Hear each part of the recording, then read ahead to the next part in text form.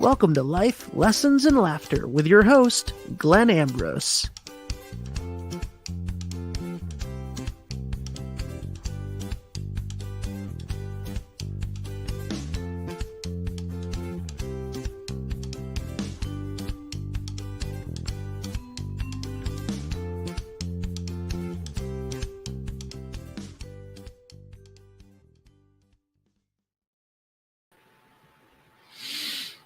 Hello, everybody. Yeah. I think that was the same thing I was singing last week. What's happening, everybody? How are you? Wow, okay, I think I got the light correct. What is happening? Happy Monday. Tune on in. All my live watchers and participators. And for those of you who are not watching live, these are live on Mondays. So if you'd like to participate, feel free to tune in. Yeah, love to have you. It's always exciting when a listener from one of the platforms tunes in and says, "Hey, I found you on Insight Timer. And now I'm tuning in live." So yeah, it's good stuff. So today I am talking about unconscious behavior, understanding unconscious behavior. Actually, I believe it was the last podcast that I was doing that I was talking about unconscious behavior. And I realized, I talk about unconscious behavior a lot because it's it's everywhere. I mean, we live in an unconscious world. We have, and we all behave unconsciously at times. So I think this is actually going to be a very important podcast. So hopefully you guys enjoy it. But, excuse me. Yeah, it's the so where to start, right? So where to start? I think is we have to lower our defenses to take this stuff in, because I was going to do another podcast kind of on this topic that I'm about to mention, but I haven't decided on it yet. See, when I talk about unconscious behavior, or when I talk about negative behavior or something like that, what happens is we are so conditioned to protect ourselves. Hey, Denise from Michigan. Thank you. Thanks for joining. When I start talking about this stuff, unconscious behavior or negative behavior, even sometimes, or rationalizing, or this type of stuff, I notice that often, and I can tell in the comments a lot of times, and when I'm talking to somebody one-on-one, so I have that instant feedback, of course. What I can tell is that people who are working on themselves, of course, there's this unconscious defense mechanism. So what happens is when I start talking about unconscious behavior, or, for example, as well as some other rationalized behaviors and stuff like that, everybody goes, yes, I know. I hate that when that happens. I hate when somebody does that, and whenever I see a comment like that, not whenever, but often when I hear a comment like that, it's like, oh, you missed the point, because this is all about self-work, right? So it's about us working on ourselves. So if I'm talking about unconscious behavior and you're going, oh yeah, I hate when people behave unconsciously, you're missing the point. It's not about them. all work is self-work. This is about you. This is about us. You know, I still behave unconsciously, and I've been working at this nonstop for 19 years. So there's a good chance that you listening behave unconsciously sometimes. So if we're about growth, we're looking to find this stuff within our own lives and make the adjustment in our own lives. We are not trying to hear this so we can judge everybody else on the outside that's doing it, because we have no control over the people on the outside. So it's not that important if we can identify it in other people, because then what do we, so we see it in somebody else. What do we generally do? We judge them. We go, oh, they're being unconscious. You know, okay, what does that get us? Often it gets us nothing. You know, now, to be fair, you know, there's both two sides to this little aspect that I'm talking about. You know, partially why I'm doing this podcast is, and I labeled it understanding unconscious behavior. Why? Because understanding it is important, not only in our own lives, but understanding it is important in the lives of other people. Because if we understand unconscious behavior and on the way what it looks like, and you know, the dynamics of it, then we can see it in other people. And if we can see it in other people, then we can judge them less, not more. So understanding breeds compassion. So if we can understand unconscious behavior, and not, you know, once we understand its dynamics, then we can point it out. But once we point it out, like once we recognize it in, you know, in somebody else or in a situation, that, well, then we can understand it as unconscious. Therefore, we would judge people less, not more. Because if we understand that they're behaving from a place that they're not really aware of, see, judgment implies conscious choice. It implies somebody is aware of what they're doing, and even more importantly, why they're doing it. And they consciously choose to do it anyway, even though it's negative, which very rarely happens. Very, very, very rarely happens. Most of the time when people are behaving in a negative way, it's because it's unconscious. They don't know of another way to act, or they might not even be aware that they're acting that way in the first place. So it's important to understand this so we can stop blaming everybody. Now, this is different than holding people accountable. I am captain of the Hold People Accountable Club. And there's two things that I get accused of the most, because there's the two things that people have the most defense mechanisms around are the right to feel miserable.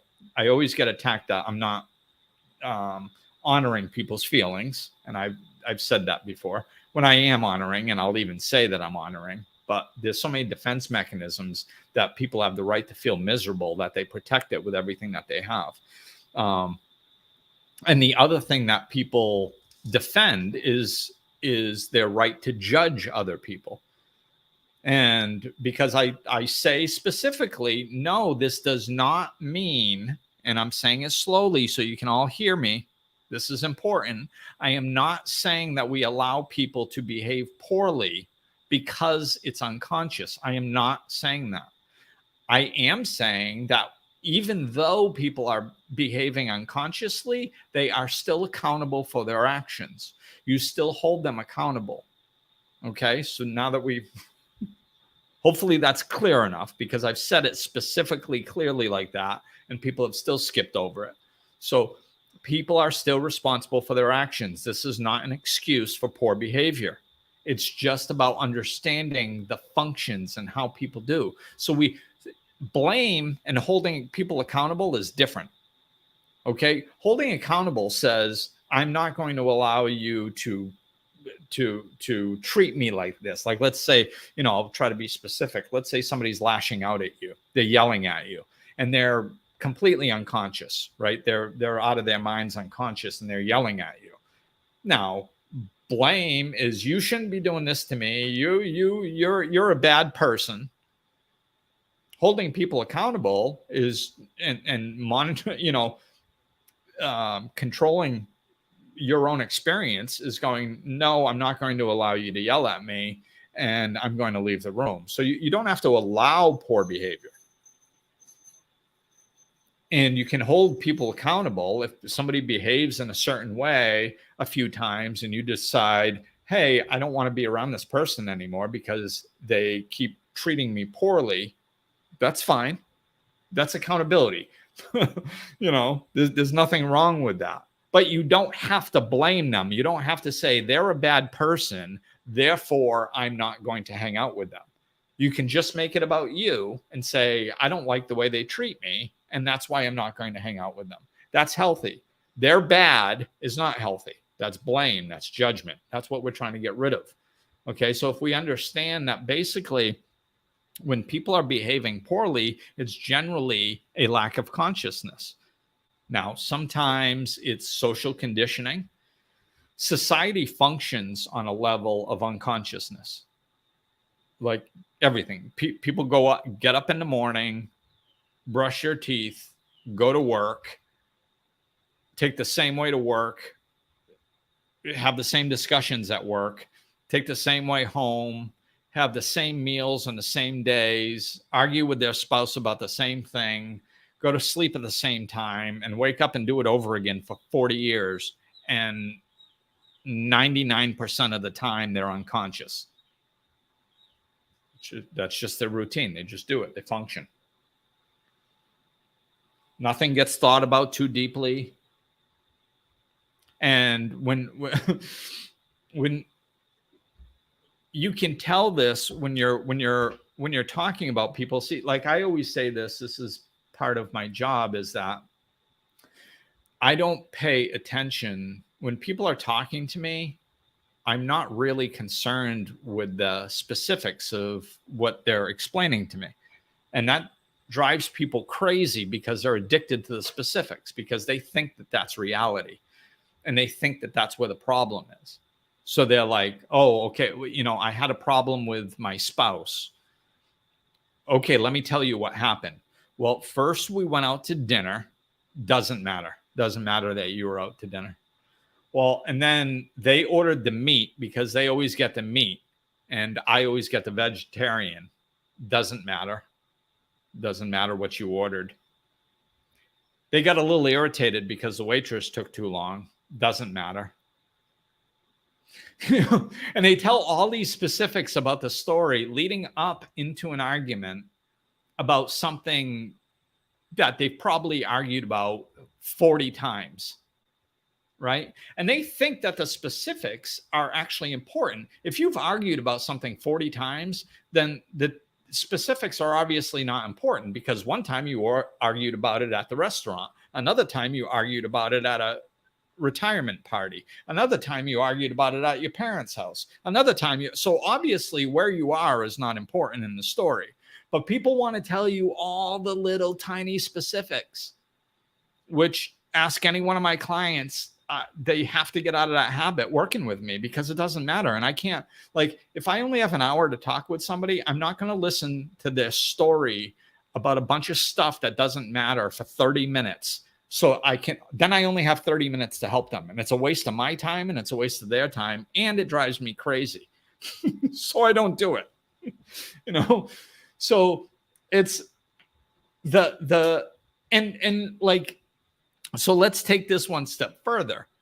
So people are addicted to the specifics. They think they make a difference. They don't make a difference. And then they think, so let's just say they go, oh, okay, Glenn, I understand that the circumstances around the argument don't really matter, but surely the argument matters. No, that doesn't matter either. Doesn't really matter. Most of the time, if you've argued about something 40 times, I don't even need to know what the argument is about to understand that there's a communication problem. See, this is turning into a good example. So, it doesn't matter. It doesn't matter what the topic is. You can be arguing over a job. You can be arguing over leaving the toilet seat up. You can be arguing over changing jobs. You can be arguing over how to parent your children. You can put in any topic into that slot, And if you've argued over something for 40 times or 20 times or even 10 times over and over and over and over, and it just keeps happening, the problem is not what you're arguing about. It's not the problem. The problem is you two don't listen to each other and you don't know how to communicate. That's the problem. So let's solve that. So do you see what I mean? Like, most people pay so much attention to the surface stuff. What's the argument about? Doesn't matter. Where was I? How did it start? What did he say to me? Oh, wait, let me tell you what he said to me. He said, something absurd. Oh, really? In the middle of an argument, somebody said something absurd? This must be the first time in history. Somebody said something completely absurd in the middle of an argument. That's what happens. People get frustrated and stupid stuff comes flying out of their mouth. That's completely absurd sometimes. See, this is what I mean. All the things that people latch on to, like they're important, are not important. That's unconscious living. We need to learn to slow down and go deeper.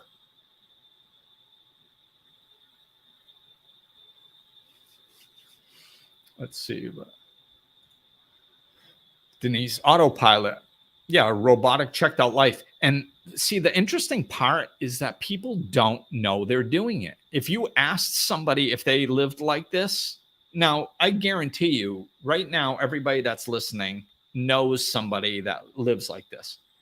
They've worked with them. They've seen them. There's a friend, there's a family member. Somebody that lives like this, right? That is totally robotic and checked out. And you could ask a room of 1 million people. You could ask a room of 1 billion people and say, hey, does anybody live just a robotic checked out life? Just, you don't even pay attention to what you're doing. You just do it every day for year after year. You don't really think too deeply about anything, just nothing. You're just kind of going through the motions. Most likely not one hand would go up. Not in an unconscious society. If you had a group of people that were working on themselves, maybe. But that's the whole point of unconsciousness. This is the point that I'm trying to make, is that people don't know they're doing it. They're not aware. That's what's unconscious of it. That's the unconscious aspect of living like this, is they don't know that they're doing it. So, that's one of the biggest pieces is going deeper when we think about things. And, and Denise just mentioned something about curiosity. That's a key thing. Question everything, because society is so conditioned to living unconsciously that most of the ways that people live unconsciously are socially acceptable. And we don't question them because they're socially acceptable, because we are socially conditioned, right? So there are many ways that I still catch myself living unconsciously by social standards sometimes. And I'm very outside of, I live in the mountains of the DR, for Christ's sakes. My focus of my business and my life is spirituality and living consciously and all this stuff. So if there's somebody that's fairly removed from societal standards, it's me. And yet I still catch myself just doing something or saying something that is acceptable and conditioned by society. And I go, oh my God, that's not true. That's why did I even say that? Why did I even think that? So let's see. I took a few notes here.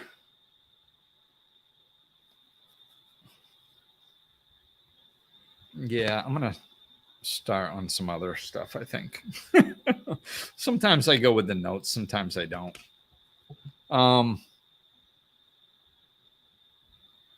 Well, I'm going to try to stay on that line a little bit to make it clearer.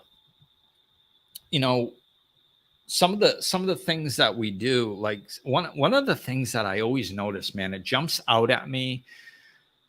I think it jumps out at me because being a parent was such a big deal to me. Like that was like when I was a parent, I was like, it was just my primary focus. It was like, I can't explain it. I just knew it in my soul that like I was going to be a parent. I was going to be involved with my son's life on a daily basis, even though I was divorced and I had no custody rights. It was just going to happen. I just knew it was. And I did. And it during those, 17 years, it was the primary focus of my life. You know, I got to be careful the way I phrase things here. I tried having, and I didn't do it perfectly, but I tried having my priorities like God first, me second, everybody, parenting third, and then everything else underneath that. That's kind of how I had my priorities set up mentally. I didn't do it perfectly all the time, but my point is, I'm not saying that I put parenting above my connection with God or taking care of myself. I'm saying that it was once we got into underneath those two and we started, okay, what's underneath? Like parenting came before my job always. Stuff like that. That's what I mean. It was highly, highly important to me. So when people like, and when something's important to me, I pay attention to my why. Why am I doing it? What am I doing? What am I trying to achieve here? And things as important as raising our children, something that, 90% of the parents take very seriously out there. Most parents that are involved with their kids' lives really are trying hard to be a good parent. So that's why I think this is a good example, because I think we fall short a lot of times because people don't slow down to look at what they're trying to accomplish with their children. And then they wonder why they don't accomplish it. They just run around with this social conditioning about what being a good parent is. Well, what's being a good parent? Loving your child. Of course. What does that look like? Well, you got to put your kids first. No, you don't always have to put your kids first. When they're little, especially sometimes, yeah. I mean, if I have food for one person and it's between me and my kid's going to eat. Yeah. So in that way, sure, I'm going to put my kid first. And there's a lot of other ways where you put your kids first, but not all the time. We have to care for ourselves also. And people just, they lock on to these surfacey, unconscious mindsets that sound good and are socially acceptable. And then, and they become a way of life. And the thing that jumps out at me all the time is when parents, are always complaining about their children growing up. I understand what they're saying. It's cute when they're little and they're all cuddly and I want them to stay like that. And, I get it. I get it. It's a cute little thing to say. But like, if you say that over and over and over, you're going to start acting like that. Like it embeds into, because we're functioning unconsciously. We're functioning at an unconscious level. That means we're not aware of what we're doing or why we're doing it. So if you say stuff like that and then all your friends give you positive feedback for it, especially on social media.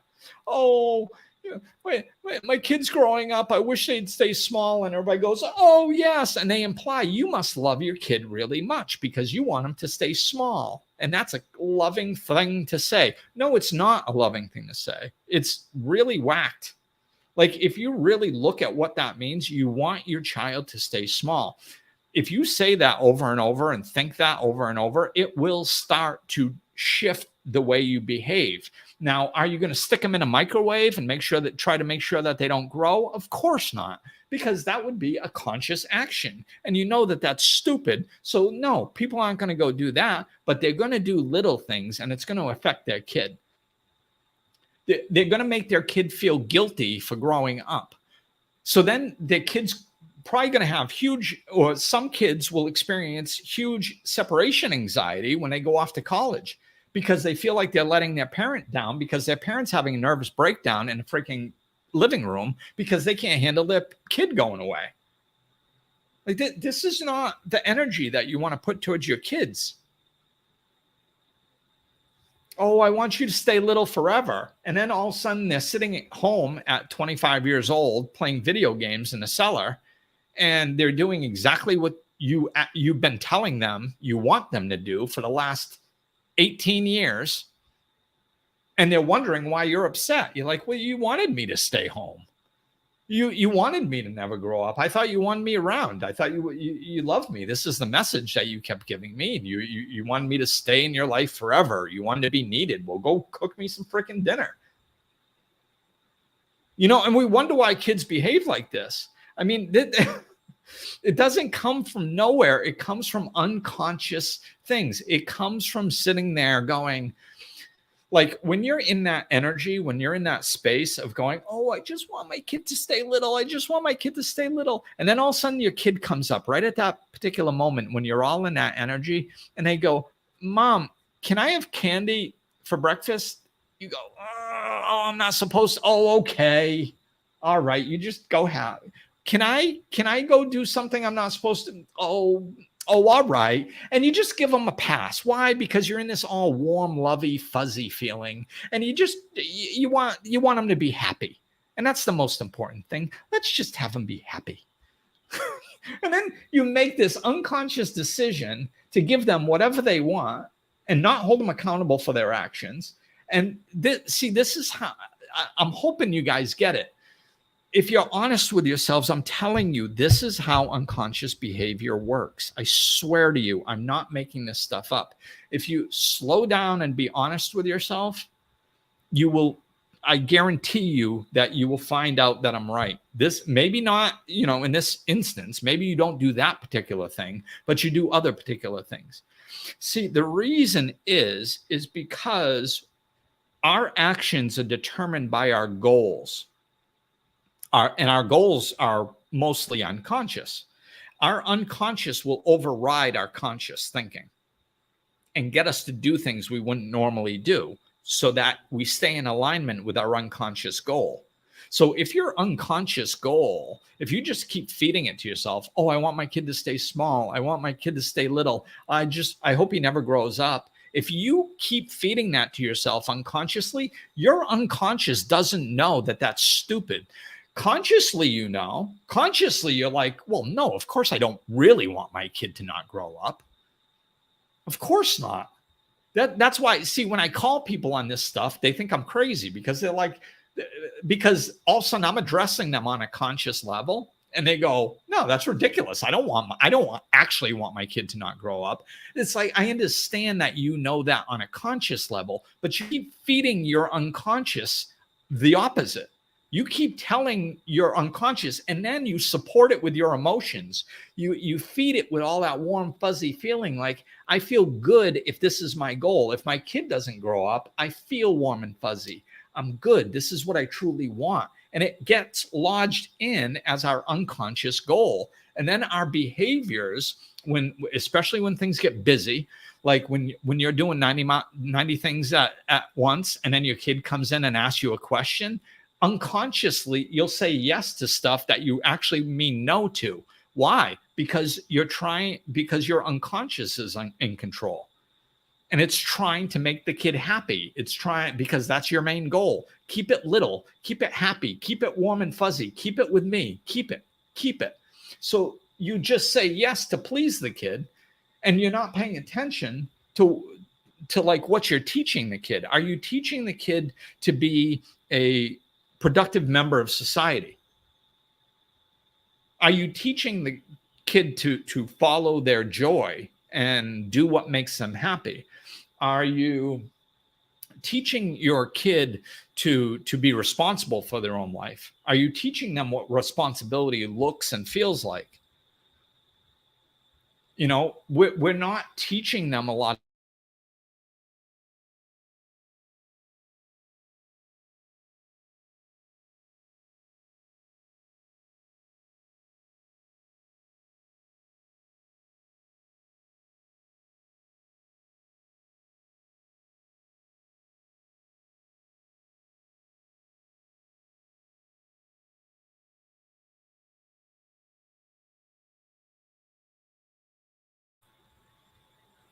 Hey, I'm back.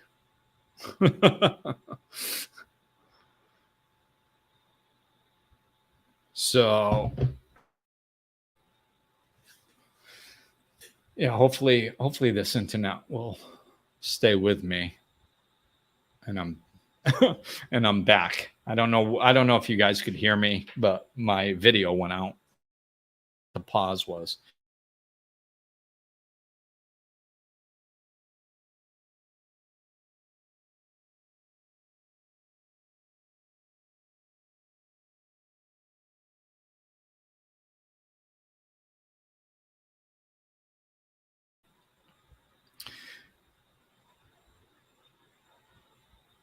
Okay. So yes, you guys, thank you, Lisa and Denise. Please shoot little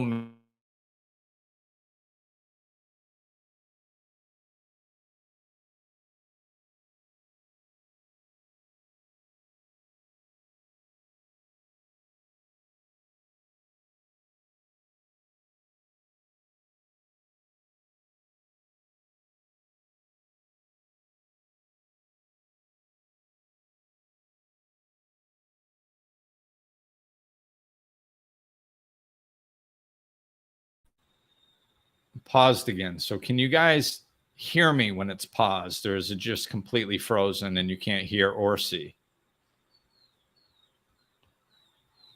I'm definitely getting that it's pausing and freezing, but I just want to know if that includes the audio.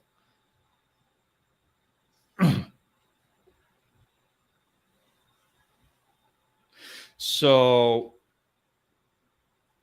yeah, hopefully you guys can shoot me